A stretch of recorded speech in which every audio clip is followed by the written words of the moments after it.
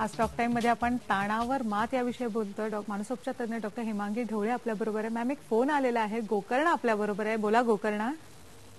Hello ma'am.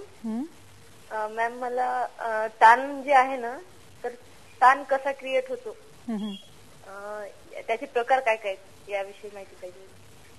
ताण कसा create होतो म्हणजे शारीरिक ताण, मानसिक ताण हे परिणाम झाले. पण ऍक्च्युली कशामुळे होतो तर काहींना फायनान्शियल स्ट्रेसमुळे होतो की पैशाच्या काळजीमुळे ताण असतो, तर काहींना इंटरपर्सनल म्हणजे घरात नवरा बायकोंचा आपापसात जमत नाही किंवा सासू सुनांचं जमत नाही किंवा मुलगा बाप ह्यांचं जमत नाही त्याच्यामुळे ताण असतो. तर ही सगळी ताणाची कारणं झाली. किंवा सामाजिक असतो. आणि आता सध्याच्या परिस्थितीमध्ये हा सामाजिक ताण जास्त आहे की टेररिझम, सगळीकडे लोक तेच बोलतायत, तेच बघतायत. तर हे वेगवेगळे प्रकार आहेत ज्याच्यामुळे ताण निर्माण होतो. आणि मगाशी पहिल्यांदाच तुम्ही ऐकलं असेल की ताणाचा शरीरावर आणि मनावर काय परिणाम होतो, ते आपण या सुरुवातीच्या पहिल्या प्रश्नामध्ये सांगितलंच आहे की भीती वाटणं, झोप न लागणं, भूक न लागणं, बाहेर जायची भीती वाटणं किंवा धडधडणं, हातपाय कापणं, पोटात आग होणं, अन्न न पचणं, डोकं दुखणं, हे सगळे प्रकार ताणाच्या परिणामाचे. अच्छा. पण मॅम, आपण आता तुम्ही सांगितलं की ताणाचे काय परिणाम, पण ताण घालवण्यासाठी लोक चहा, कॉफी किंवा इतर पेयांचा वापर करतात, तर हे कितपत योग्य आहे?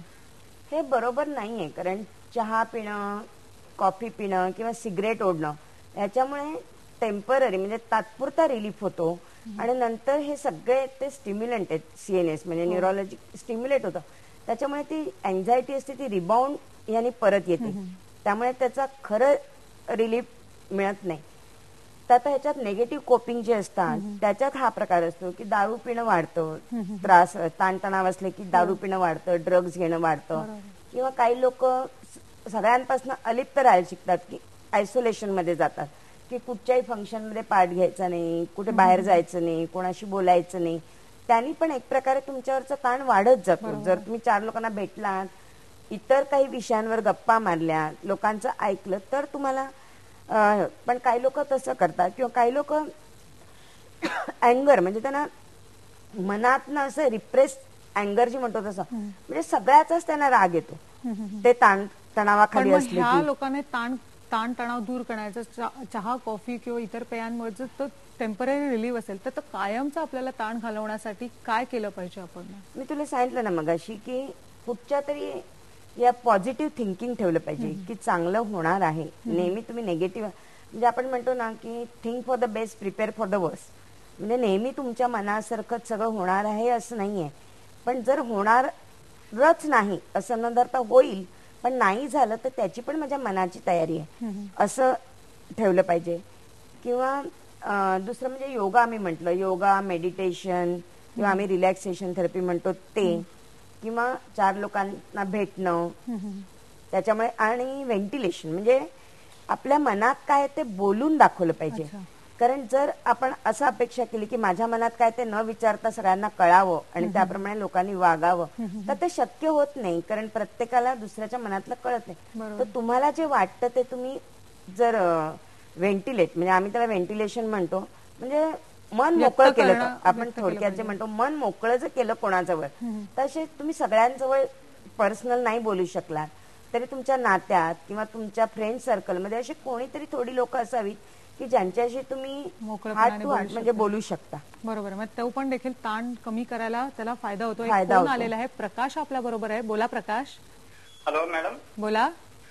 मी कन्याकुमारीहून बोलतोय. बोला.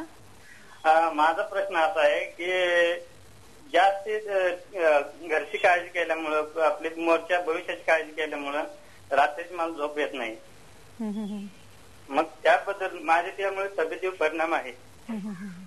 त्याचं काय विश्लेषण सांगता येईल का? तब्येत बी माझी वाढेना तशी. घरची काळजी घेतल्यामुळे, घरची सतत काळजी असते त्यामुळे रात्री झोप लागत नाही, मग त्याचा तब्येतीवर परिणाम होतो. घरची काळजी कशासाठी आहे ते समजलं नाही. म्हणजे कोणी आजारी आहे का, काय प्रॉब्लेम आहे घरातला कळलं नाही. मी तुम्हाला मगाशी म्हटलं तर वेगवेगळे तणाव असू शकतात की घरात एकमेकांचा पटत नसेल किंवा पैशाचा प्रॉब्लेम असेल किंवा काही, तर काहीतरी कारणाने तुम्हाला ती काळजी वाटते. पण नुसतं काळजी करून कुठची गोष्ट म्हणजे कुठचाही ताण संपत नाही. त्याच्यावर तुम्हाला सोल्युशन शोधायला पाहिजे, ज्याला आम्ही म्हणतो प्रॉब्लेम सोल्युशन, की तुमची समस्या काय, मग ती समस्येतनं तुम्ही बाहेर कसे पडू शकता. त्याला वेगवेगळे मार्ग असतात आणि वेगवेगळ्या मार्गाचे प्रत्येकाचे थोडे फायदे तोटे असतात.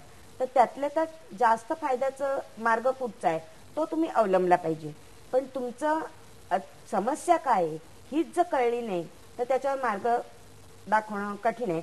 पण तुम्ही तुमच्या इथल्या लोकल सायकॅट्रिस्ट किंवा सायकॅट्रिस्टच मेनली, कारण जर तुम्हाला औषधाची गरज असेल, म्हणजे अँटी अँझायटी म्हणजे तणावावर मात करणारी काही औषधं पण आहेत, तर त्यांची जर थोड्या काळासाठी गरज असेल तर ती घेतली पाहिजे. आणि जेव्हा तुमचा तणाव कमी होईल तेव्हा तुम्ही समोरचा माणूस किंवा डॉक्टर काय बोलतोय हे तुम्ही ऍक्सेप्ट करायला तयार व्हाल. आपल्याला कारण कळलं तर तुम्ही डॉक्टरकडे जाऊन कारण जाणून घेऊन त्याच्यावर उपचार करणं हे योग्य आहे. तणावावर मात या विषयावर आपण असेच बोलत राहणार आहोत, पण आता घेऊया एक ब्रेक. तेव्हा पहा फक्त IBN लोकमत.